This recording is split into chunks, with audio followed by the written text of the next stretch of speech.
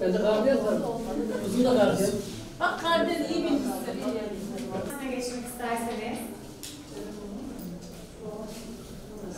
Cep telefonunuz varsa alalım beyefendiciğim. Bir kişi daha alabilir miyiz? 286. Bir kişi daha.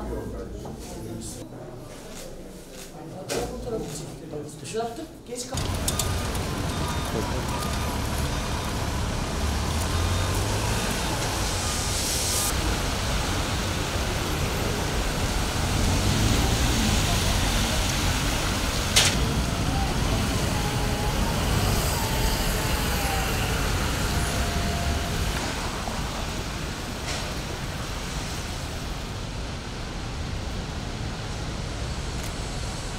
Ya bir vatandaş olarak her şeyin daha güzel olması, daha iyi yerlere gelebilmesi Türkiye'nin, hani elimizden geldiği kadar devletimiz daha çok gelişsin, daha çok bir şeyler yapalım. Hani kimseye boyun eğmeyelim.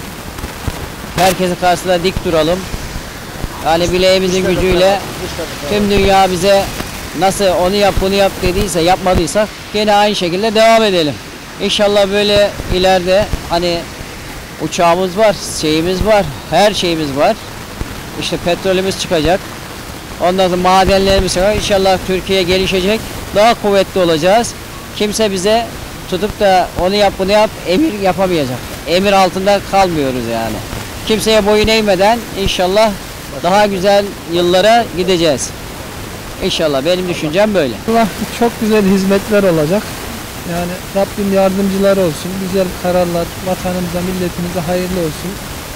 Yani millet iktidardan memnun olduğu için tekrar seçildi. Allah yardımcılar olsun. Vallahi Avrupa'dan kurtulmamız lazım. Kendimize ihracat etmemiz lazım.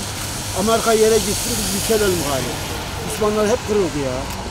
Bunun için yani gençlerimizin iş bulunsun. Avrupa hep bizi ezdi. Vallahi yerli uçaklar yapsın, arabalar yapsın, iş sahaları petrol bulsun. Yapsın yani, çalışsın yani. Yani başımızdakiler 20 senedir, 20 küsür senedir bu memleketi batırdılar. Araziler koymadılar, bütün yabancılar Türkiye arazilerini sattılar, bankalar soyuldu. İş adamlarının iş yerlerini elinden aldılar. Beklentilerimiz bu, bak her taraf hiç millet bir şey alamıyor, bir şey alıp satamıyor. O pahalılığı bir yok etsinler. Eğer şey yapacaklarsa pahalılığı yok etsinler. Beklentilerimiz şöyle. İnsanların arasında barış, savaş olmadan daha iyi bir hayat sürdürmesini herkesin istediği gibi biz de istiyoruz tabii. Şimdi günümüzde de tabii bu tür şeyler biraz daha zor.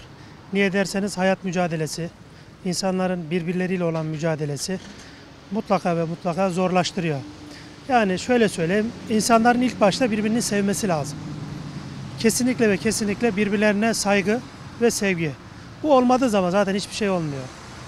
Yani söylemek istediğim de şu, insanlar en başın temeli saygı ve sevgidir.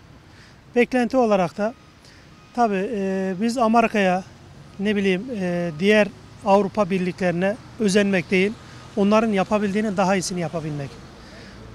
Bu da ülkemizde olan yetişen alttaki gençlerimize önlerini açması, planlı ve programlı bir şekilde onlara yol açmamız gerekiyor. Yani söylemek isteyeceğim bu kadar, başka bir şey yok. Yani işte Türkiye dünya arenasında daha iyi yerlere gelebilir. Daha iyi temsil edilebilir. Yani yapılması gereken daha çok şey var. Daha ileriye gitmemiz lazım.